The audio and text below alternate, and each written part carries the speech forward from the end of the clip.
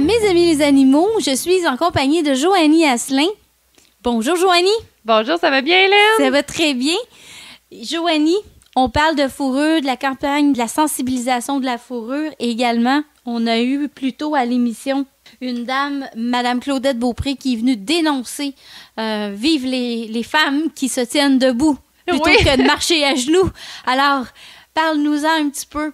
Eh oui, donc Hélène, on en a parlé la semaine dernière, puis on revient là-dessus cette semaine à cause du gros scandale qui s'est déclenché suite au commerce de la fourrure, aux douanes, à vrai dire. Ce qui se passe, c'est que les fourrures de chiens et de chats sont vendues, qui nous proviennent de la Chine et de la Corée, puis on tolère, à vrai dire, on ne devrait pas tolérer, mais c'est des articles qui sont en vente libre dans nos magasins.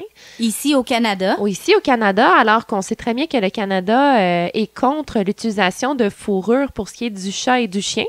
Par contre, c'est un petit peu contradictoire étant donné que le Canada produit chaque année, donc on va tuer au-dessus de 3 millions d'animaux.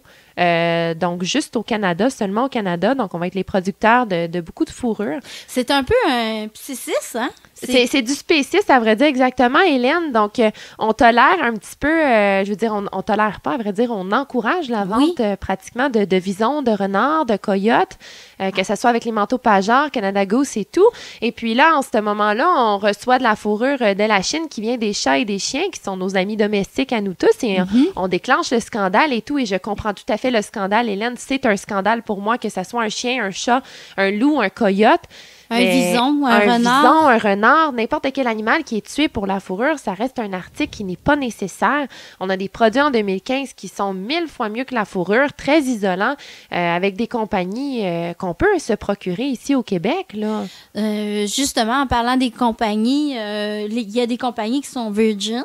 Oui, qui sont vegan, qu'on dit. Excuse-moi, mon Dieu. Donc, des compagnies qui sont vegan, effectivement. Donc, ça veut dire des compagnies qui n'utilisent aucun produit animal. Donc, souvent, en produit animal, on va penser à de la fourrure.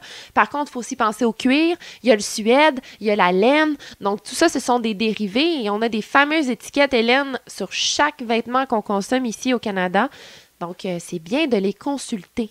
Et les étiquettes, justement, on va en parler, Joanie, parce qu'il faut faire très attention, parce que, justement, Claudette Beaupré est venue nous en parler un petit peu plus tôt. Et il y a des étiquettes qui sont marquées fabriquées au Canada et qui ne le sont pas. Donc, comment on fait pour s'y repérer? Dis-moi, Joanie. C'est une excellente question. Puis, à vrai dire, à ça, il n'y a pas nécessairement de bonne réponse. Mais moi, ce que je dirais aux gens, là, c'est quand vous achetez quelque chose, renseignez-vous. Renseignez-vous, premièrement, la compagnie, où elle fabrique ses produits, où elle les vend, puis donc de se renseigner. Si on connaît la compagnie, on sait que c'est fabriqué au Canada, donc on sait que la compagnie, elle est canadienne, vend ses articles au Canada, eh bien là, à ce moment-là, là, on peut s'y fier. Par contre, si on se rend compte que la compagnie fait faire ses produits en Chine, bien là, peut-être qu'on peut faire attention à ces choses-là, parce qu'effectivement, en Chine, c'est beaucoup plus... Ça leur coûte beaucoup moins cher de tuer un chien et un chat que de produire de la synthétique. Puis la fourrure synthétique, ça coûte cher. C'est polluant aussi. Oui. Donc, c'est très polluant. Ça utilise du pétrole. Il y a beaucoup de causes environnementales qui sont contre la fourrure synthétique. Puis, je pense que, justement, on est rendu en 2015, c'est de dire, on n'a pas besoin de fourrure, que ça soit de la synthétique ou de la vraie. Mais ce scandale-là, je trouve ça bien que ça sorte parce que ça sensibilise les gens. Puis, ça nous dit, justement, ça nous conscientise sur les produits qu'on achète. Donc, c'est de se renseigner sur ce qu'on achète, dans le fond, Hélène. Exactement. Et pour se renseigner, il y a Environnement Canada qui pourrait nous renseigner? Bien, dans le fond, Environnement Canada, eux, ils ont la CITES. Donc, justement, ces produits-là, c'est la CITES qui pourrait intervenir qui pourrait peut-être aider Mme Claudette dans tout son développement. Puisque la CITES, dans le fond, Hélène, c'est la convention qui va vraiment réglementer les pièces qui rentrent. Donc, que ça soit des peaux de python, que ça soit de la fourrure.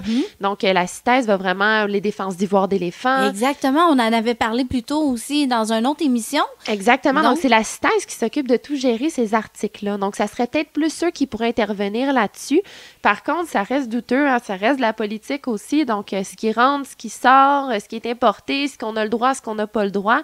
Puis là, en plus, c'est encore un niveau de complexité plus élevé parce qu'on rajoute les espèces à l'intérieur de tout ça. Exactement. Donc, Et dis-moi, Joanie, en conclusion de tout ça, toi, tu dirais pour les étiquettes, la CITES, on a les produits vegan, y aurait-il des produits où on pourrait aller, ce serait sur la campagne Fini la fourrure? Bien, la campagne Fini la fourrure, qui est avec, entre autres avec la SPCA, puis on fait beaucoup de promotions avec Éducazou de cette campagne-là. Donc, allez sur le site www.finilafourrure.com. Sur ce site-là, on peut avoir la liste des fabricants qui n'utilisent pas de fourrure. Je pense que déjà, c'est un premier pas dans le bon sens. Donc, des compagnies comme Arc'teryx, la MEC, Columbia Sportwear. Donc, c'est tous des compagnies qu'on peut encourager, je pense. Je pense que oui. Et puis, je pense que ça conclut bien notre entrevue pour cette semaine. Joanie, merci beaucoup d'avoir été avec nous. Merci de t'avoir déplacé avec nous en studio. C'est un grand plaisir et un grand bonheur de t'avoir avec nous. Bien, merci Hélène. À la semaine prochaine. Merci, à la semaine prochaine. En vous rappelant que vous écoutez Mes amis les animaux sur le 1570 AM, la radio du mieux-être. Merci d'être là.